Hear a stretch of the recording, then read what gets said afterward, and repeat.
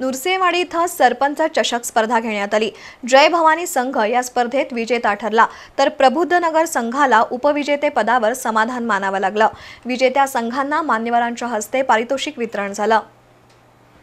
नुरसेवाडी इथल्या स्वर्गीय चिमासाहेब जगदाळे कॉलेजच्या मैदानावर सरपंच चषक half pitch day night cricket स्पर्धा घेण्यात आली।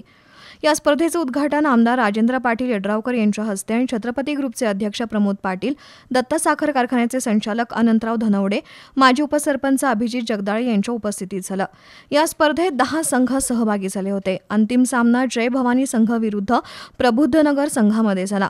पहिल्यांदा फलंदाजी करताना जय भवानी संघानं 5 षटकांमध्ये 77 धावांचा डोंगर उभा केला। या धावांचा पाठलाग करणं प्रबुद्धनगर संघाला शक्य झालं नाही।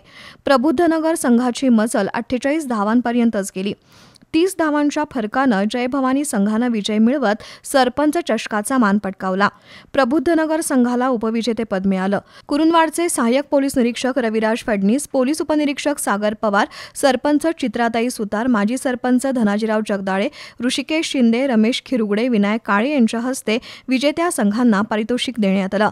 बेस्ट बॅट्समन संकल्प शिंदे, बेस्ट बॉलर प्रतीक कांबळे, नवोदित खेळाडू म्हणून आरव कांबळे, सौरभ कांबळे यांना गौरवण्यात आलं।